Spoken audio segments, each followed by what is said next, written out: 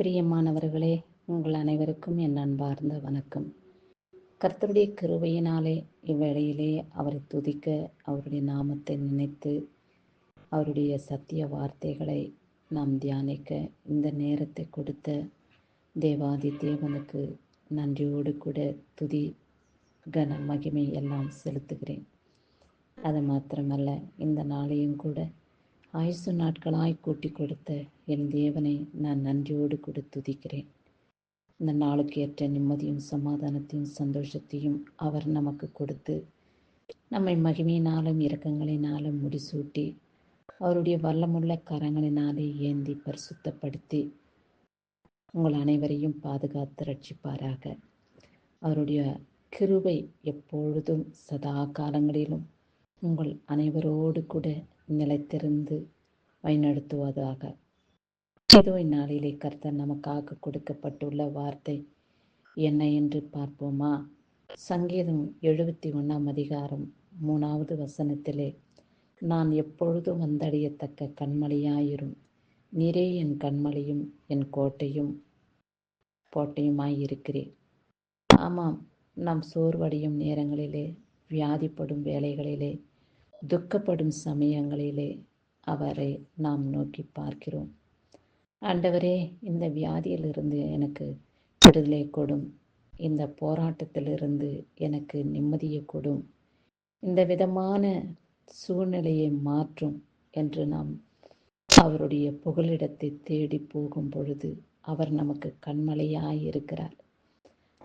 கல்லின் மேல் இருக்கிற பட்டணம் மறைந்திருக்க மாட்டாது என்று சொன்னது போல, அவர் கண்மலையாய் அவர் இருக்கும் பொழுது அவர் மேல் நாம் சார்ந்து அவரை நம்பி வாழும் நம்மை கூட அவர் கண்மலையின் சிகரத்திலே வைத்து அழகு பார்க்கிற, அரவணிக்கிற, பாதுகாக்கிற தேவனாக நம்முடைய வாழ்க்கையிலே அவர் கடந்து வருகிறார். நாம் ஜெபிக்கும் பொழுது, ஆண்டவரே, நீரே என் கண்மலையும் என் கோட்டையுமாய் இருக்கிறீர், நான் ஒன்றுக்கும் அசைக்கப்படுவதில்லை. மனுஷனை நம்புவதை பார்க்கிலும் தேவன் பேரில் பற்றுதலாய் இருப்பதே நலம் என்று சொன்ன வார்த்தையை நான் நம்பி உம்மை இருக்கிறேன், உம்மை விசுவாசிக்கிறேன். உம்மண்டையிலே நான் புகலிடமாய் வந்திருக்கிறேன். ஆண்டவரே, நீரே என் கண்மலையும் என் கோட்டையுமாய் இருந்து என்னையும் என் குடும்பத்தாரையும் நீர் பாதுகாத்து ரட்சிக்கும்படியாக நம்ம நோக்கி வேண்டிக் கொள்கிறோம். அப்பா, இதோ இந்த உலகத்திலே எங்களுக்கு வரும் போராட்டங்களிலிருந்து, சாத்தான் சோதனைகளிலிருந்து விடுதலை செய்து உமக்கு சாட்சி உள்ளவர்களாக உம்முடைய நாமத்தை மகிமைப்படுத்தக்கூடிய பாக்கியத்தை நீர் எங்களுக்கு தாங்க ஆண்டவரே என்று நாம் வேண்டிக் கொள்ள வேண்டும். அது மட்டுமன்றி, இதோ கர்த்தருடைய வருகை நாட்கள் அதிசீக்கிரமாய் வந்துவிட்டன. இதோ வாசற்படியிலே நின்று தட்டுகிறேன், ஒருவன் சத்தத்தை கேட்டு கதவை திறந்தால் அவனுக்குள் பிரவேசிப்பேன் என்று சொன்ன தேவன் அப்படியாக வாசற்படியிலே வந்து நிற்கிறார். அவருடைய வருகையின் காலம் நெருங்கி விட்டதல்லவா?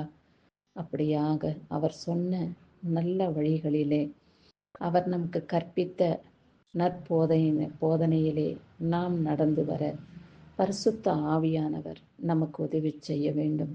பரிசுத்த மகிமையினாலே அவர் நம்மை நடத்த வேண்டும். தீய எண்ணங்களோ, தீய யோசனைகளோ,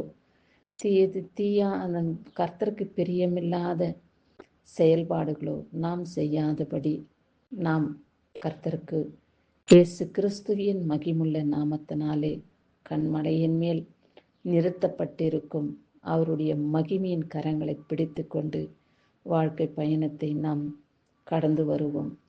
மரண பரியந்தமும் அவர் அண்டையிலே நாம் நிலைத்திருப்போம்.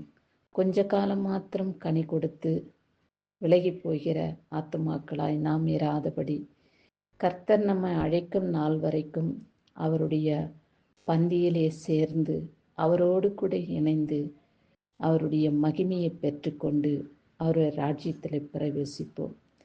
இந்நாளிலே பிறந்த நாளையும் திருமண நாளையும் கொண்டாடப்படும் ஒவ்வொருவரையும் கர்த்தர் ஆசீர்வதித்து உங்களை காத்து கொள்வாராக. நீண்ட ஆயுள் நாட்களை கொடுத்து பல வருடங்களாய் பிறந்த நாளையும் திருமண நாளையும் கொண்டாடும்படியான பெரிய பாக்கியத்தை உங்களுக்கு கர்த்தர் கொடுத்து உங்களை ஆசீர்வதித்து உங்கள் எல்லையை பெரிதாக்கி உங்கள் எல்லை முழுவதும் கர்த்தர் வசனத்தின் வேலியினாலே வேலியை அடைத்து பாதுகாத்து ரட்சித்துக் கொள்வாராக. தேவனுடைய மகிமை இன்றும் என்றும் சதா காலங்களிலும் உங்களோடு நிலைத்திருப்பதாக. ஆமேன். கிறிஸ்துவுக்கே மகிமை உண்டாகட்டும்.